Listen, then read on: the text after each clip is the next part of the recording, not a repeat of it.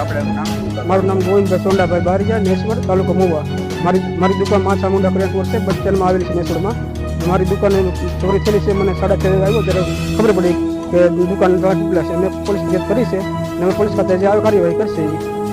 ગામના આગેવાનોને બધાને બોલાવીને ધોળજી સરપંચ સુરેશભાઈ બાલિયાને બોલાવીને મેં લખાવી છે પોલીસ સ્ટેશને.